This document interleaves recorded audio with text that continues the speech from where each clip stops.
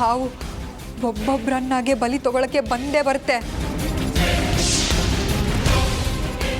ಇನ್ನೂ ತಪ್ಪಿಸ್ಕೊಳ್ಳೋದು ಮಾತೇ ಇಲ್ಲ.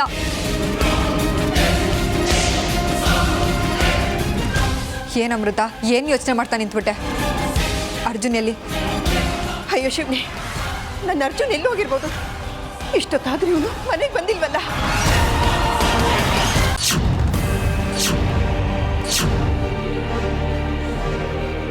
ಯಾಕ್ತೀನಿ ಸುಸ್ತಾದವ್ರ ಥರ ಕಾಣ್ತಾ ಇದ್ದೀರಿ? ರಾತ್ರಿ ನಿದ್ದೆ ಮಾಡಲಿಲ್ವಾ? ಅತ್ತೆ, ಏನು ಮಾಡ್ತಾ ಇದ್ದೀರಾ? ನೀವು ನನಗೆ ಕೈ ಮುಗಿಬಾರ್ದು. ಅಮೃತ, ನನ್ನ ಅರ್ಜುನ್ ಪ್ರಾಣಕ್ಕೆ ಅಪಾಯ ಬಂದ್ರೆ ನೀನು ಅವನ್ನ ಉಳಿಸ್ಕೋತೀಯ ಅಲ್ವಮ್ಮ?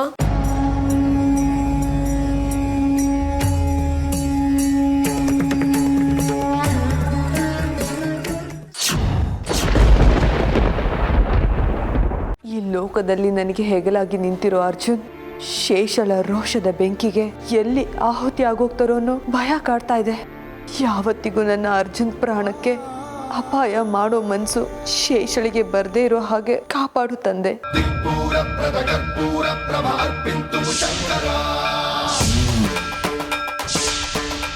ಏನು ಮಾಡೋಕ್ಕಾಗಲ್ಲ ಅಮೃತ. ವಿಧಿ ನಿಯಮದ ಮುಂದೆ ಯಾರೇನು ಮಾಡೋಕ್ಕಾಗಲ್ಲ. ನಿನ್ನ ಹಣೆಯಲ್ಲಿ ಏನು ಬರೆದಿದೆಯೋ ಅದೇ ಆಗೋದು. ಈ ಜನ್ಮಕ್ಕೆ ಮಾತ್ರ ಅಲ್ಲ, 7 ಜನ್ಮಕ್ಕೂ ನೀವೇ ನನ್ನ ಸಂಗಾತಿ. ಐ ಲವ್ ಯು ಅಮೃತ ಅವರೇ, ಐ ಲವ್ ಯು.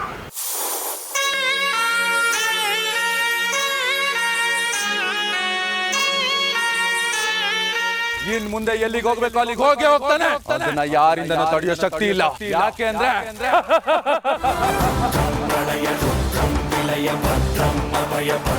ಇವನು ಹಳೆ ರುದ್ರ ಅಲ್ಲ. ಬಿಡಲ್ಲ ಕಣು, ಬಿಡಲ್ಲ ಕಣು.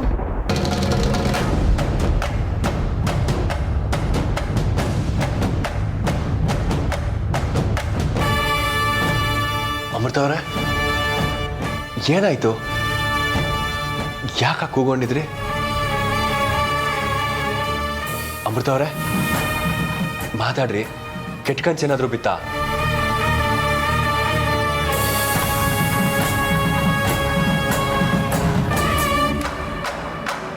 ಯಾಕ್ರಿ ಕೂಕೊಂಡಿದ್ರಿ? ಕೆಟ್ಟ ಕನ್ಸು ಬಿತ್ತೇನ್ರಿ?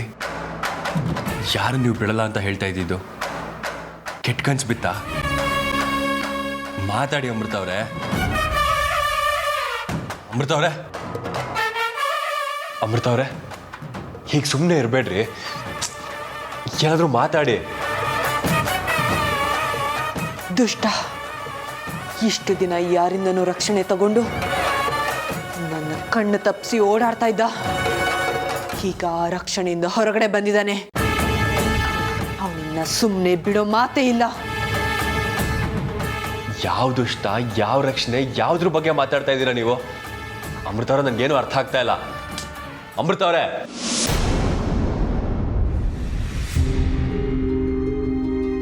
ಯಾವ್ದದು ಹಾವು? ಈ ರುದ್ರನ್ ಕಾರ್ ಮೇಲೆ ಕೂರೋ ಧೈರ್ಯ ಮಾಡಿರೋ ಹಾವಾದ್ರೂ ಯಾವ್ದೋ?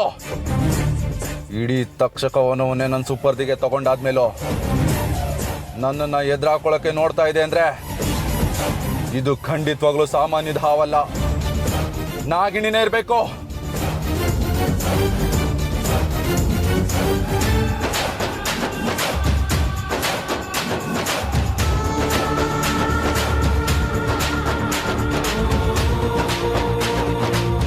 ಏ ನಾಗಿಣಿ, ಈ ರುದ್ರ ತಾಯ್ತನ ಕಿತ್ತು ಹಾಕಿದ ತಕ್ಷಣ ಎದುರು ಹಾಕೊಳ್ಳೋಕೆ ಸಿದ್ಧವಾಗ್ಬಿಟ್ಯಾ?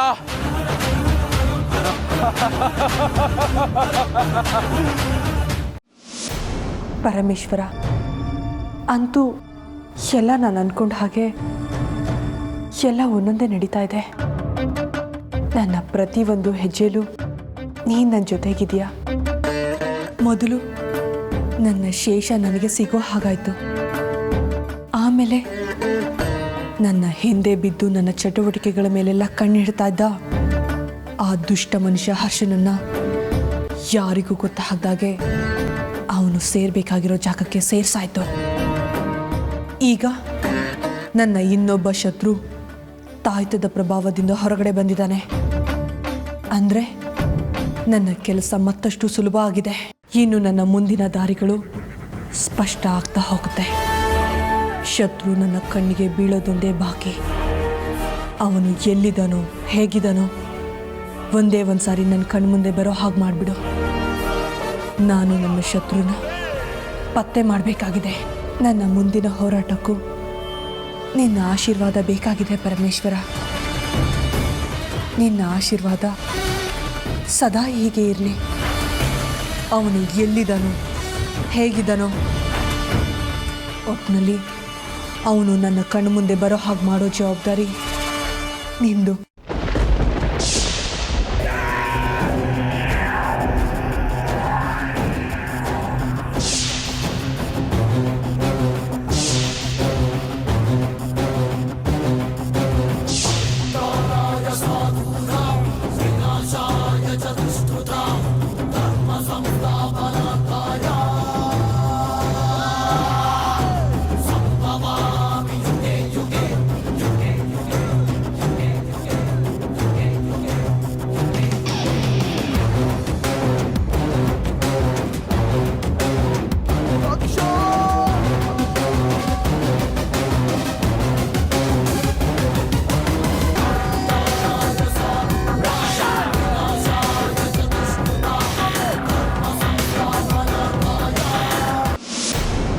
ಅಮ್ಮ ಅಮ್ಮ ರುದ್ರ ಬಾ. ವಾಣಿ ಬಾ, ರುದ್ರ ಬಂದಿದ್ದಾನೆ. ಹೇಮಾ, ವಾಣಿ. ವಾಣಿ ತವ್ರ ಮನೆಗೆ ಹೋಗಿದ್ದಾಳೆ, ಮರ್ತ್ಬಿಟ್ರಾ? ಅಯ್ಯೋ, ನಾನೊಬ್ಳು. ಹೇಗಿದೆಯಾ ರುದ್ರ? ನಾನು ಚೆನ್ನಾಗಿದ್ದೀನಿ, ನೀವು ಚೆನ್ನಾಗಿದ್ದೀರಾ? ಏನೋ ರುದ್ರ, ನೀನು ನಿಮ್ಮ ಅಣ್ಣನ ಹಾಗೆ ಕೆಲಸ ಅಂತ ಮನೆ ಮಕ್ಕಳು ಸಂಸಾರ ಯಾವುದು ನೆನಪಿಲ್ದೆ ಹೋದ್ರೆ ಹೇಗೆ ಹೇಳು? ಪಾಪ ವಾಣಿ ನಿನ್ಗೋಸ್ಕರ ಎಷ್ಟು ಕಾಯ್ತಾ ಇದ್ಲು ಗೊತ್ತಾ? ವಾಣಿಯಲ್ಲಿ ಅತ್ತಿಗೆ? ಅದು ಅವ್ರ ತವ್ರ ಮನೆ ಕಡೆ ಯಾರೋ ಸಂಬಂಧಿಕರಿಗೆ ಹುಷಾರಿಲ್ವಂತೆ, ಅದಕ್ಕೆ ನೋಡ್ಕೊಂಡು ಬರಕ್ಕೆ ಅಂತ ಹೋಗಿದ್ದಾಳೆ. ಅಲ್ಲಪ್ಪ, ನಿಂಗೆ ಮನೆ ಕಡೆ ಒಂಚೂರು ನೆನಪಿಲ್ದೆ ಹೋದ್ರೆ ಹೇಗೆ ಹೇಳು? ಅತ್ತಿಗೆ, ನಿಮಗೆ ಗೊತ್ತಲ್ಲ ಆಫೀಸ್ ಟೆನ್ಷನ್ ಎಷ್ಟೆಲ್ಲ ಇದೆ ಅಂತ. ಈಗ ತಾನೇ ಬಂದಿದ್ದೀನಿ. ಹೀಗೆ ಮಾತಾಡ್ತಾನೆ ಇರ್ತೀರೋ ಅಥವಾ ಕಾಫಿ ತಿಂಡಿ ಏನಾದರೂ ಕೊಡ್ತೀರೋ? ಏನು ನಮ್ಮ ಅಮೃತ ಪೂಜೆಲಿ ಪೂರ್ತಿ ಮುಳುಗೋಗಿರೋ ಆಗಿದೆ. ಅಮೃತ ಬಗ್ಗೆ ಇನ್ನೂ ಏನೇನು ಗೊತ್ತು? ಅವತ್ತು ಅರ್ಜುನನ ಬರ್ತ್ಡೇ ಪಾರ್ಟಿ ಇತ್ತಲ್ಲ, ಅವ್ರ ಫ್ರೆಂಡ್ ಒಬ್ರು ತಾಯ್ತಾ ಹಾಕೊಂಡಿದ್ರು, ಬಿಚ್ಚಿಡು ಅಂತ ಹೇಳಿ ಕಳ್ಸಿದ್ಲು. ಅವ್ರ ತಾಯ್ತಾ ಬಿಚ್ಚಿದ್ರಾ? ಹ್ಞೂ ಅಕ್ಕ, ಪಾಪ ಅವ ಅಂಕಲ್ ಸತ್ತೇ ಹೋದ್ರಂತೆ. ಆ ಸೂರ್ಯ ಚಂದ್ರ ಇರೋದಿಷ್ಟು ಸತ್ಯನೋ, ನಿಮ್ಮ ಸಾವು ಕೂಡ ಅಷ್ಟೇ ಸತ್ಯ. ಅದು ತುಂಬ ಏನು ದೂರ ಇಲ್ಲ, ಸದ್ಯದಲ್ಲೇ ನಿಮ್ಮ ಸಾವಾಗುತ್ತೆ.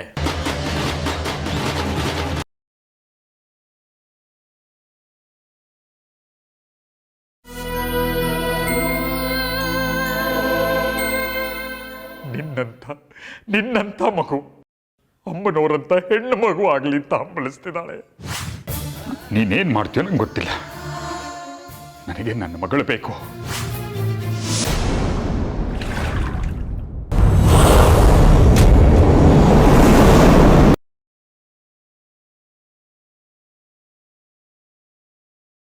ಬಾವ ಎಲ್ಲಿ ಹೋದ್ರು?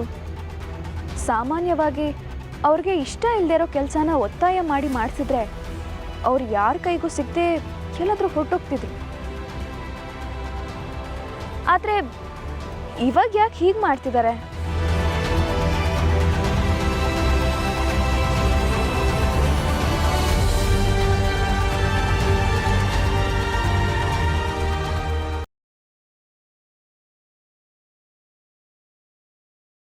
ನಂದಿನಿ ಇದ್ದ ಜಾಗದಾಗ ನನ್ನ ಸೊಸೆ ಇದ್ದಿದ್ರ ಆಗ ನೋಡ್ತಿದ್ದಿ ನೀನು ನಾ ಏನು ಮಾಡ್ತಿದ್ನಿ ಅನ್ನೋದನ್ನ. ನೀನು ಅತ್ತೆ ಅನ್ನಿಸ್ಕೊಂಡು ಆಕೆಗೆ ತಿಳಿಬಾರ್ದು. ತಾಯಿ ಪ್ರೀತಿಯಿಂದ ಎಲ್ರನ್ನೂ ದೂರ ಇಡೋದಷ್ಟೇ ಆಕೆ ಕೆಲಸ. ನಿನ್ನ ಸೊಸೆ ಮಾತು ಕತ್ತಿ ಹಂಗ ಕತ್ತರಿಸ್ತದ ನೋಡು. ಎಲ್ಲಾರ ಅಧಿಕಾರನು ಕಸ್ಕೊಂಡು ತನ್ನ ಹತ್ರನೇ ಇಟ್ಕೊಂಡಾಳ ಹುಚ್ಚು ಕೋಡಿ. ನೀ ಬಲ ಆಕೆ ಬಲ, ನಡ್ಬರ್ಕ್ ನಂದನ.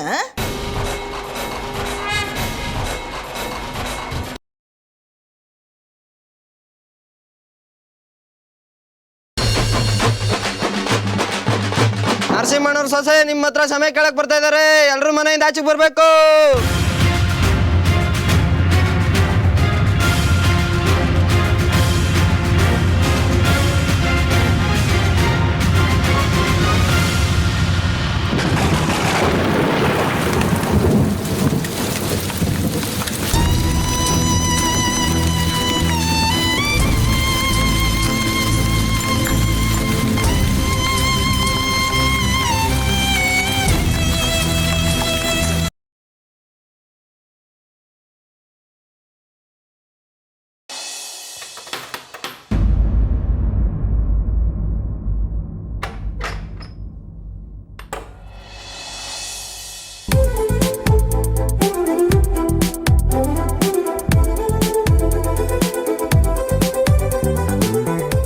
ನಮಸ್ಕಾರ, ನನ್ನ ಹೆಸರು ಪ್ರತೀಕ್ಷಾ ಅಂತ.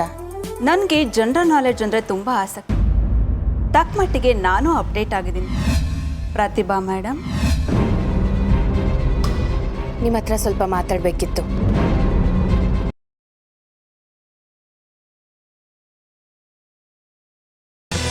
ವರ್ಷಕ್ಕೊಂದ್ಸಲ ದುರ್ಗಮ್ಮನ ಗುಡಿಲಿ ರಥೋತ್ಸವ ಮಾಡ್ತಾರೆ. ಆಗ ದೇವಸ್ಥಾನಕ್ಕೆ ಹೋಗಿ ಗರ್ಭಗುಡಿ ಮುಂದೆ ದೀಪ ಹಚ್ಚಿ ರಥ ಎಳಿಬೇಕು. ಈಗ ನೀನೇ ತಾನೇ ಈ ಮನೆ ಗಂಡ್ಸು, ನೀನೇ ತಾನೇ ಈ ಮನೆ ವಾರಸ್ದಾರ. ಈಗ ಆ ಕೆಲ್ಸನ ನೀನ್ ಮಾಡ್ಬೇಕು.